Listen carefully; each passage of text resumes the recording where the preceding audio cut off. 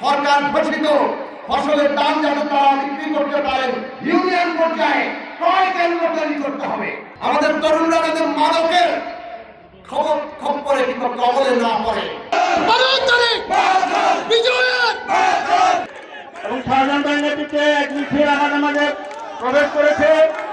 ইতিমধ্যে আমাদের শিক্ষার মান দরকার, দক্ষ শিক্ষক দরকার, অবকাঠামো দরকার। জিডিপির 5 ভাগ শিক্ষা এবং স্বাস্থ্য খাতে ব্যয় করার 31 দফায় কর্মসূচি আসবে। সেটা যদি বাস্তবায়িত হয়, সবাই মিলে আমরা সেই জায়গায় দাঁড়াতে পারি, সেখানে আমাদের মনোযোগ দিতে হবে। 2 নম্বর, আমাদের শিশুরা। আজকেই আমি সকালবেলা আমার যে বাড়ি ফরদাবাদের চরলোহিয়া গ্রামে, তার পাশেই তিলক মন্দির এবং গাওড়াটুলি দুটো গ্রাম, ওখানে গিয়েছিলাম। অসংখ্য শিশুরা আমাকে ঘিরে ধরল, তাদের দাবি আছে। তারা বললো আমাদের খেলার মাঠ লাগবে।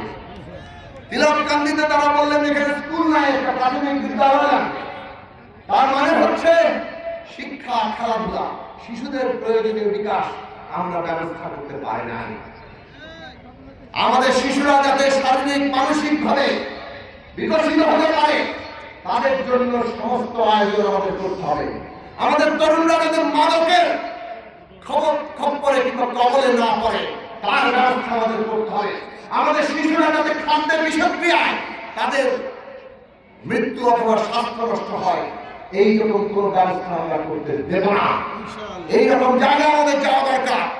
কাজেই আমাদের শিশু কিশোরদের জন্য ভবিষ্যৎটা নিশ্চিত করা আমাদের দ্বিতীয় প্রধান কর্তব্য। সব মশার বিরুদ্ধে সুরক্ষা দিতে এলো বসুন্ধরা এক্সট্রিম অ্যারোসল। মশার বিরুদ্ধে এক্সট্রিম সুরক্ষা। আমাদের চিন্তা করতে হবে বাঞ্ছারামপুর, এখানকার প্রাণ প্রকৃতি, নদী নালা, খাল বিল, আকাশ বাতাস, মাটি পানি, এই সমস্ত প্রকৃতি আমরা রক্ষা করতে না পারলে আমরাই নিজেরা বিপদগ্রস্ত হব, আমরাই প্রতিদিন ক্ষতিগ্রস্ত হতে থাকবো। কাজেই আমাদের সমস্ত পরিকল্পনা যাতে আমাদের বাঞ্ছারামপুরের নদী নালা, মাটি পানি রক্ষা করে হয়, সেই ব্যবস্থা আমাদের নিতে হবে।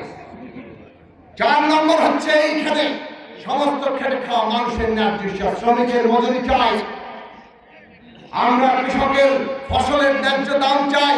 সরকার ঘোষিত ফসলের দাম যাতে তারা বিক্রি করতে পারেন ইউনিয়ন পর্যায়ে ক্রয় কেন্দ্র তৈরি করতে হবে। এই সমস্ত কাজ আমাদের দরকার। আমাদের দরকার আমাদের দেশের সমস্ত মানুষরা, নারী পুরুষ যারা আছেন, যারা এখনো তাদের বেঁচে থাকার জন্য ন্যূনতম অবস্থা নেই, তাদের জন্য সামাজিক সুরক্ষার সমস্ত ব্যবস্থা করা। গতকাল বিএনপির পক্ষ থেকে বলা হয়েছে কৃষি কার্ড দেওয়া হবে, ফ্যামিলি কার্ড দেওয়া হবে, সমস্ত সামাজিক সুরক্ষা যাতে সত্যিকার অর্থে যাদের প্রয়োজন তাদের হাতে পৌঁছায়, সেই ব্যবস্থা আমাদের নিশ্চিত করতে হবে। পঞ্চম কথা, আমাদের দরকার একটা নিরাপদ বাঞ্ছারামপুর। এই নিরাপদ বাঞ্ছারামপুর মানে হচ্ছে আমাদের নারীদের নিরাপত্তা, তাদের হয়রানি, তাদের ধর্ষণ। বাঞ্ছারামপুরে আমরা কিছুতেই বরদাস্ত করবো না। আমরা সবাই মিলে ঐক্যবদ্ধ থাকবো, সামাজিকভাবে প্রতিরোধ হবে। আমাদের এখানে ধর্মের ভিত্তিতে, জাতির ভিত্তিতে কোনো বিভাজন চলবে না। আমরা মিলেমিশে একসাথে থাকবো, নাগরিক মর্যাদা নিয়ে থাকবো। এই সাথে সাথে কোন ধরনের সন্ত্রাস, হানাহানি, এই সমস্ত কারণে যে নিরাপত্তা বিঘ্ন ঘটে, আমরা সব কিছু ক্ষেত্রে শান্তির প্রতি জোর দিব সবাই মিলে। আর সর্বোপরি যেখানেই গেছি বাঞ্ছারামপুরবাসী উন্নয়ন চান।